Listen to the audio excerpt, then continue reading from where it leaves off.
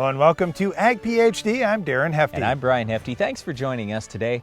Well, on today's show, we're going to talk a little bit about spraying in your corn post-emerge for broadleaves. We're seeing a lot of Roundup-resistant weeds across the country. Most of those are broadleaves, and we're having most of the issue in soybeans or crops like cotton, for example. Well, in corn, we have plenty of options for control, but we've got to make sure we're doing a fantastic job so going into next year, we don't have so many of those weeds. So we'll talk about all your options on today's show. Well, and don't forget about your pasture ground. We're going to talk about weed control, how easy it can be, and what a great job you can do as well. Well, speaking of weed control, we've got a Weed of the Week coming up later in the show. But first, here's this week's Farm Basics. Farm Basics is brought to you by the Liberty Link trait and Liberty herbicide from Bayer. The most reliable weed management solution, Liberty Link and Liberty herbicide are the link to efficient row crop production and sustainable weed management.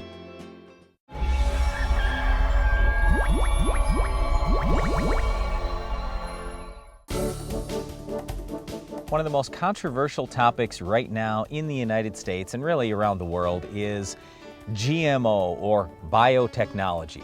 Well, what really is a GMO? People are curious about this topic, not only what is a GMO, but are these GMOs safe for my food? And what we've seen is there's a small percentage of people who just feel like, no, it's not safe at all. We can't consume it. If there's anything that has a GMO in it, I want to avoid it. But when you ask those people, most of them don't even know what a GMO is. Yeah, so basically what this is, GMO stands for genetically modified organism. Whenever we talk about biotechnology in general, though, we're talking anything to do with the overall plant, the genome, you name it. Biotechnology involves so many different things. And people get worried about, okay, well, you're taking one species and putting it together with another species and things like that. Well, do you know what? In nature, there are a lot of things that just happen that you might not even think is normal. For example, you might have agrobacterium that's now used commonly in biotechnology that actually can introduce things into trees, for example, and change the overall genome of the tree. And you go, what? I thought that trees just basically did the same thing as most other plants, and they might cross-pollinate or whatever. There are seeds that go in the ground, and, they're just affected overall a little bit by the weather, and that's about it. Well, no, there's a whole lot of stuff that goes on. This is an incredibly complex topic. People call GMOs bad, but really, how many people have GMOs ever killed? And I could certainly be wrong on this, but when I've looked it up, I've tried to find any instance in the whole world. As far as I can find, it's never killed anyone. So in decades of GMOs or biotechnology, no one has died, not a single person. Yet, if you talk to a lot of people around the world, they think, oh my goodness, the GMO, that's the worst thing ever. It's never killed anybody. So why are we getting so worked up about it? Well, when you think about plant breeding, and this has gone on, really as long as there have been plants. There have been farmers or just people in general who have tried to make the plants better. And we think about corn and what corn looked like when we first came to America compared to what it looks like now. It was a grain where it's basically just a grass that had kernels of corn on it, and here we go. Now we've got corn with great big ears that are 20 kernels around and 50 kernels long, and the food supply has increased greatly. We look at how population growth is happening around our world. There's no doubt that we have to be able to produce more abundant crops, and all that we're trying to do with biotechnology is just get the new things coming around quicker and get better nutrition in those products as well. When we think about things like golden rice, for example, where we're getting vitamins into rice to help people that really don't have much to eat, but they do have some rice. If we can pack more nutrition into that rice, it just makes a lot of sense. And like Brian said, we have not seen anything that's been dangerous or harmful. There's just a lot of fear-mongering out there. And here's the opposite side of that, is you have farmers that are in conventional farming that are completely bashing organic farming, and we don't really need to do that. There's nothing wrong with, hey, I want to do things a certain way. That's fine. There's different segments of the market that those types of production will meet. For a majority of our food supply, though, conventional production methods are needed to raise the large quantities of food that our earth requires. Yep, and here's the whole thing as farmers. So we farm roughly 2,700 crop acres. It's all in South Dakota. That's where our farm is at. You know what? Honestly, I don't really care. Our farm used to be, in fact, we're standing on some of our great-grandpa's ground right now. Okay, this used to be farmed with what would be considered today organic practices, okay? So I don't really care if I'm using conventional, I'm using biotechnology, I'm using organic. It doesn't make any difference to me as a farmer. I'm just trying to do everything I can to produce as much food as possible off my ground. Today, conventional methods are producing the most, and science has proven this safe. And as farmers, we look at ourselves all the time really as scientists. And all we're trying to do is look at the facts, okay? We care about the facts and we care about science. And so if we can produce a healthier crop in a certain fashion, that's absolutely what we're gonna do. But just understand, I live right on our main farm. For most of my life, I've drank well water. I'm eating food right off our farm sometimes. I mean, we're not trying to do anything as farmers that's going to hurt anybody because we're the first consumers of all these things. And all we're trying to say here is just look into the facts about GMOs, about biotechnology, before you start listening to the mainstream media that likes to make everything sound bad. Well, one of the plants out there that you may think is genetically modified is our weed of the week. It's a tough one to fight. We'll show you how to stop it coming up later in the show. Technology is constantly changing the way we farm. Hi-Pro innovative spray technologies are here to keep your farm at the forefront of agricultural innovation. With spray application equipment for any scenario, Hi-Pro is here to put you right on technology, right on target. Introducing the SoilMax ZD48, the newest addition to the SoilMax Gold Digger lineup. The first plow designed for smaller class tractors, the ZD48 has been tested on tractors weighing between 10,000 and 16,000 pounds with excellent results. Designed for row crop farms, vineyards, irrigation, and specialty crop farms. The SoilMax ZD48 will install tile up to 48 inches deep, as well as install 3 or 4-inch tile. The ZD48 truly opens up the world of tile installation to more farms than ever before. Take a look inside any rotary combine, and you'll find single rotor technology.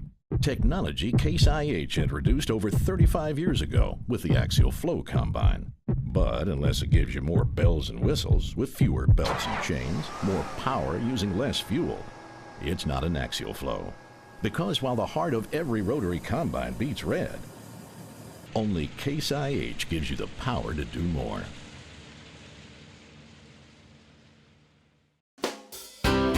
Are you storing grain in your bin from last harvest? You will want to avoid running your bin fans when the air is warm and wet to avoid sprouting and spoilage. The AgriDry Bullseye Controller has the capability to automatically run your fans when the weather conditions are safe for quality grain control. Stop monitoring the weather or babysitting your bins and let the Bullseye Controller keep your grain safe. Visit agridryllc.com to find your local dealer today.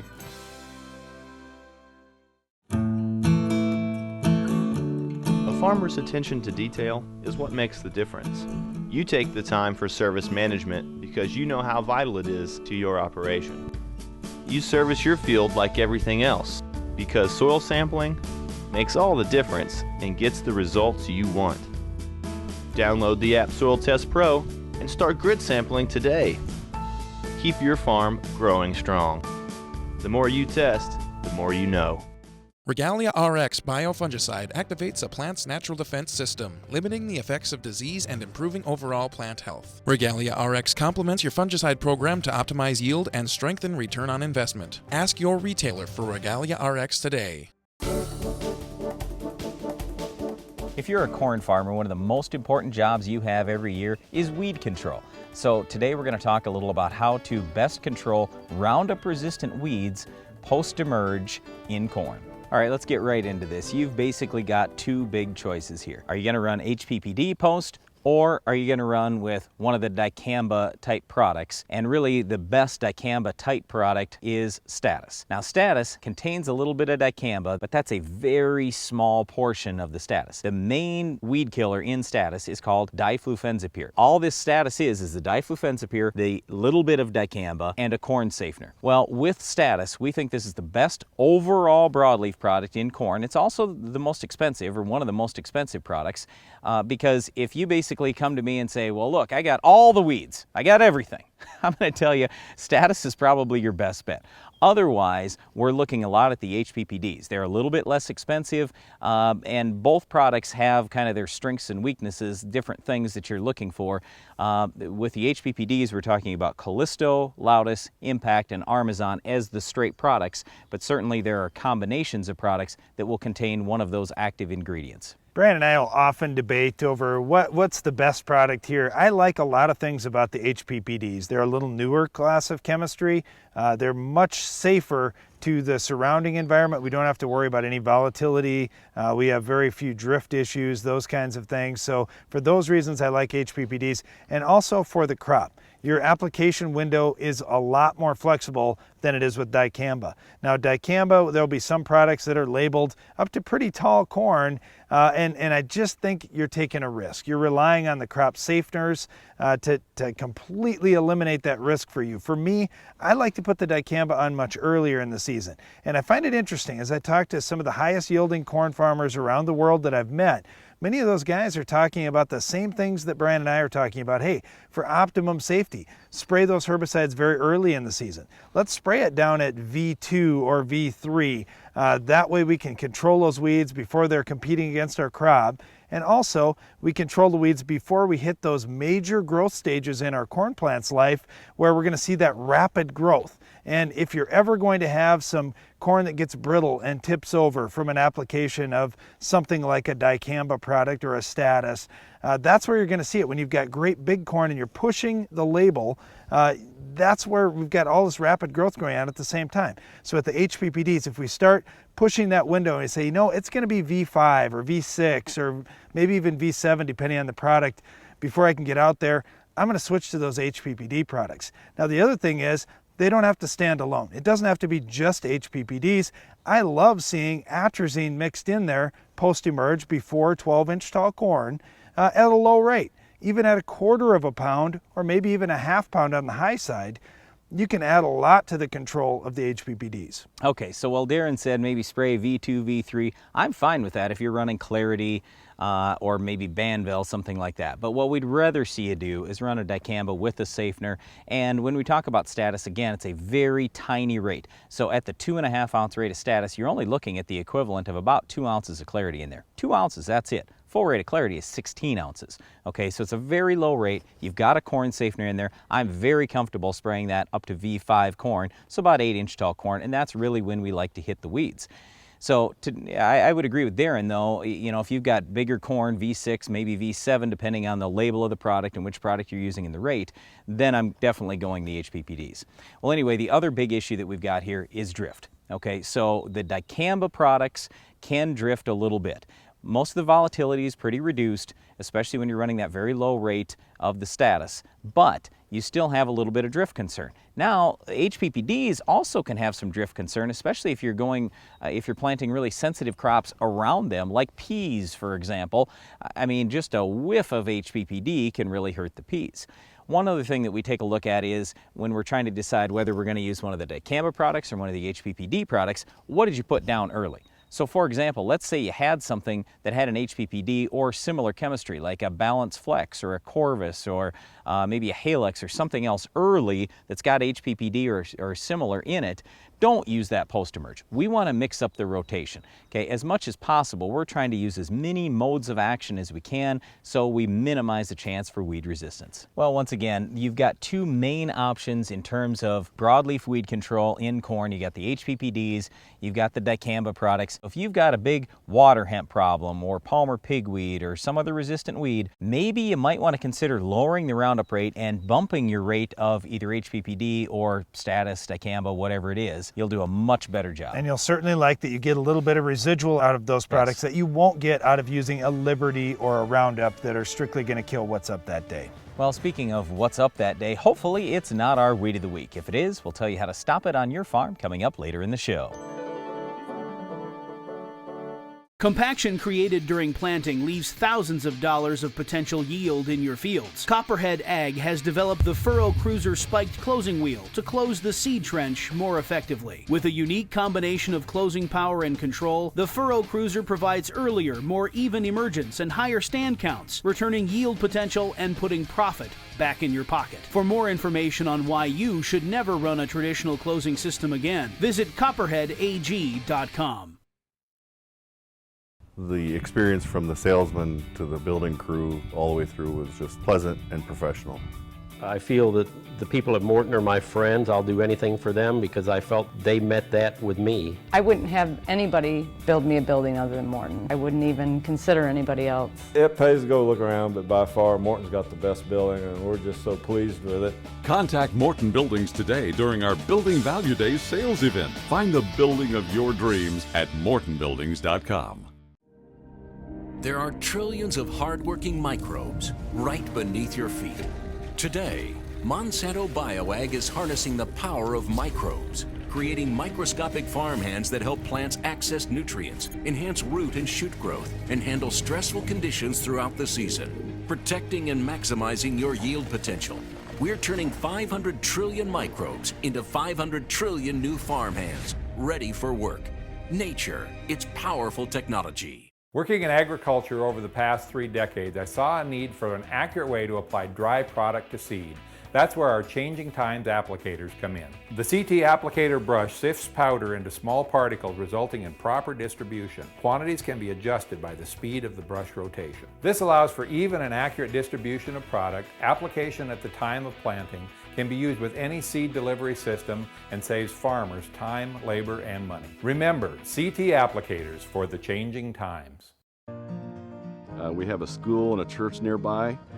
I actually go to the classroom to educate the students about what's going on here on my farm.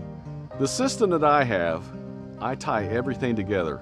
No-till, cover crops. We applied AgriLiquid in furrow with our soybeans this year. It seemed like they jumped out of the soil, even though we had the record rainfall. I really feel that I'm feeding my plant on a consistent year-round basis throughout the growing season.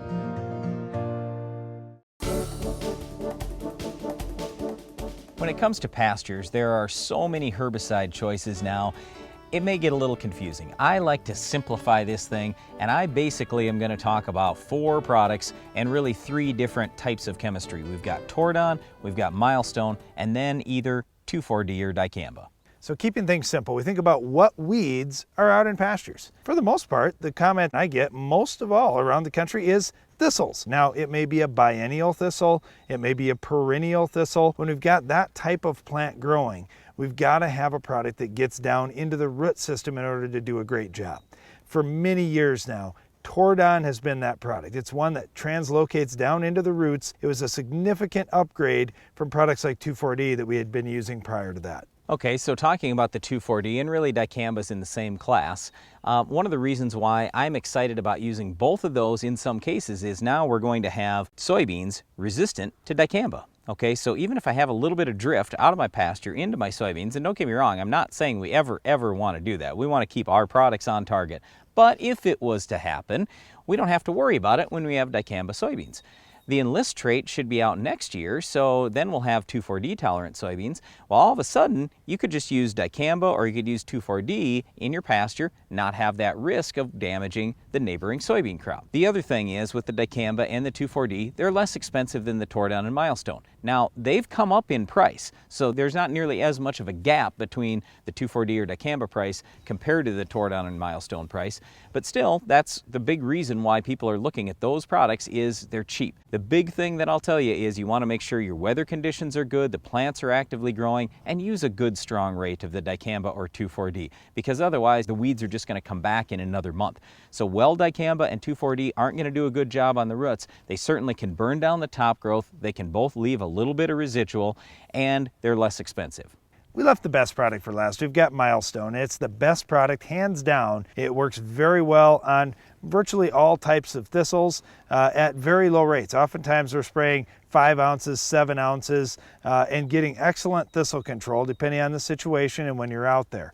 Now with Milestone, it does have one major weakness, at least in our geography, and that is leafy spurge control. You do have to watch out what's out there for weeds. That would be one of the weaknesses you may see. Okay, you also might find Forefront or Grazon Next out there. That would be Milestone plus 2,4-D.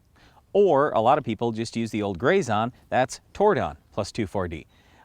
You can do any of those, they're fine. It's just, I don't like them that much because here's the problem. When I've got a great killer that's kind of slow and it will get all the way down through the root system like a Tordon or a Milestone, when you put 2,4-D or dicamba together with Tordon or Milestone, what's going to happen is the Tordon and the Milestone don't get the chance to get down into the root system because the 2,4-D and the dicamba work so quickly on that plant, they shut it down.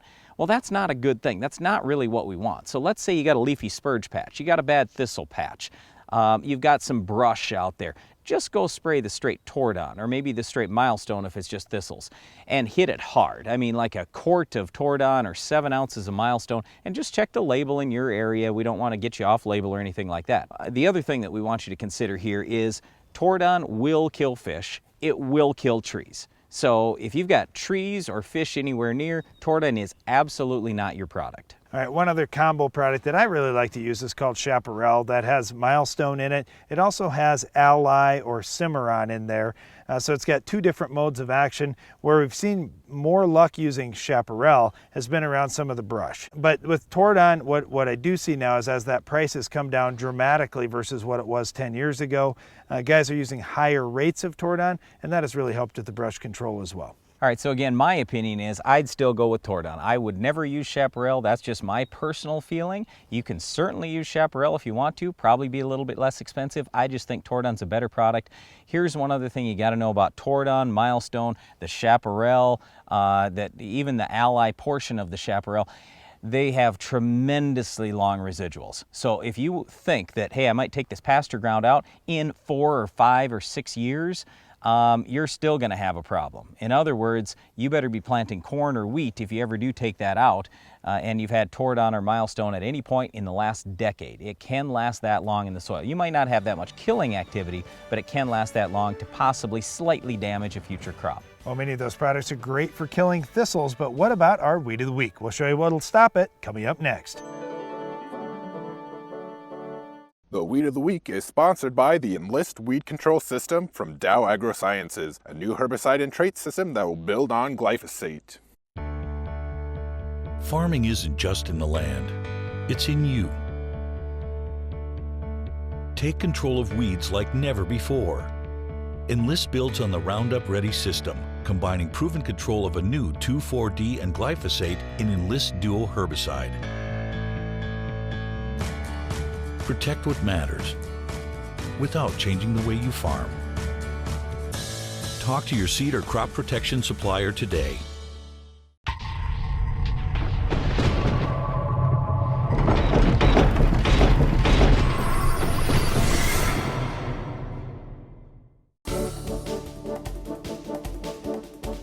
Our Weed of the Week is Arkansas Wild Rose. Well, it is kind of a pretty little flower that happens along the road. I don't have any problem with it there, but the problem is Arkansas Wild Rose can get out into our pastures and be kind of a nuisance and also take away the grass-producing power our pastures have. So to stop that, we have to use one of Brian's favorite products, Tordon. Well, Tordon's awesome. And we were just talking a little bit about how it can last for a while. I don't know that you're going to get killing power out of it for years, but you're definitely going to stop the wild rose that's there and reduce any future problems you have. If it happens to creep into row crop fields, tillage has been fairly effective stopping it. Otherwise, Roundup does a nice job as well. Well, we know that you might want to save your wild rose because you think it's a nice, pretty flower, but if you do want to get it under control, 2,4-D is okay, Tordon is much better, and out in crop ground, we probably suggest Roundup. That's all time we have for this week's Weed, but Iron Talk is coming up next. At Fisher Tradition Farms, we Verus all of our acres, and any new additional acres are automatically Verus. Verus maps allow us to know exactly where our soil types change and how much they change. We use AgroLiquid's Enhance, High Energy N, and Access that allows us to add sulfur. We can customize our AgroLiquid products on a per pound, per acre basis as needed.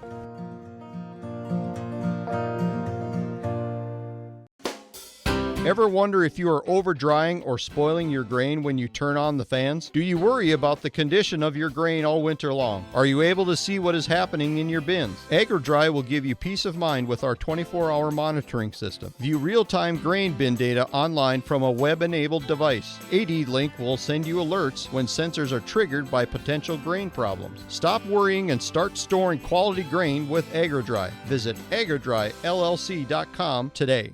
When you need one machine that can do it all, you send in a Spartan, your all-in-one forage solution from Capello, USA.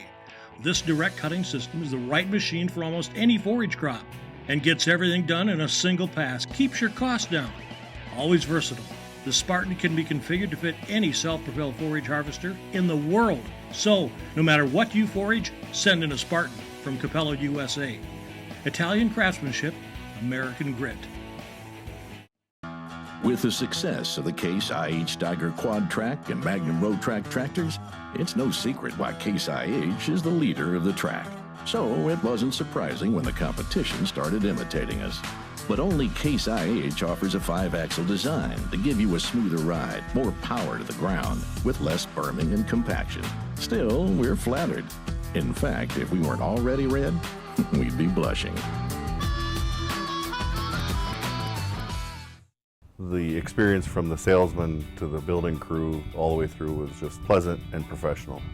I feel that the people at Morton are my friends. I'll do anything for them because I felt they met that with me. I wouldn't have anybody build me a building other than Morton. I wouldn't even consider anybody else. It pays to go look around, but by far Morton's got the best building and we're just so pleased with it. Contact Morton Buildings today during our Building Value Days sales event. Find the building of your dreams at mortonbuildings.com. Iron Talk is brought to you by Case IH. The AFS Connect Farm Management System from Case IH connects you, and only you, to the information you need most from your equipment, from anywhere, at any time. AFS Connect, only from Case IH.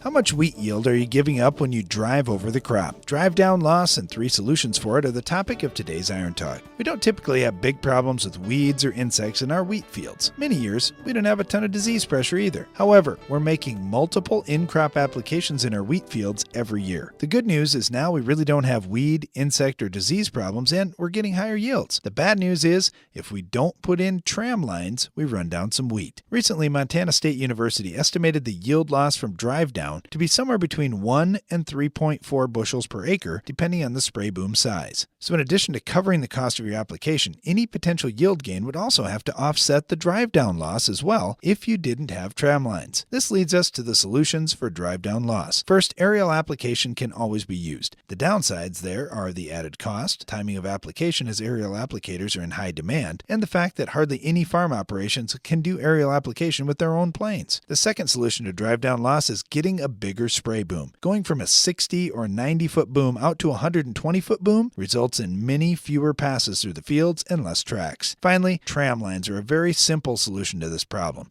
They can save you in drive down loss and in additional application charges. Tram lines give you the flexibility to make multiple passes through your wheat for any type of application you may need. That's all for today's Iron Talk, and now back to the show. Closed captioning for Ag PhD is sponsored by Norwood Sales. On your farm, you need speed and year-round effectiveness in your tillage program. The Quick Till from Norwood Sales allows you to move quickly through your fields, maximizing time and improving yield. Constructed of heavy-duty materials, the Quick Till is ideal for both spring and fall applications, from preparing a healthy seedbed early in the season to breaking up corn residue after harvest. For more information about how a Quick Till can improve fields on your farm, call Norwood Sales today. That's all the time we have for today's show, but before we go, we want to invite you to tune in to the Ag PhD radio show. You'll find us each weekday at 2 p.m. Central on SiriusXM Channel 147. And don't miss the next Ag PhD TV show. We'll have another Weed of the Week, Farm Basics, Iron Talk, and a whole lot more. I'm Darren Hefty. And I'm Brian Hefty. Thanks for watching Ag PhD. While the population of our planet grows each year, the amount of farmland we have to grow food for everyone becomes less. According to the USDA, farmers will need to produce as much food in the next 40 years as they have in the last 500. To learn how they are doing it sustainably, visit the Responsible Nutrient Management Foundation at rnmf.org.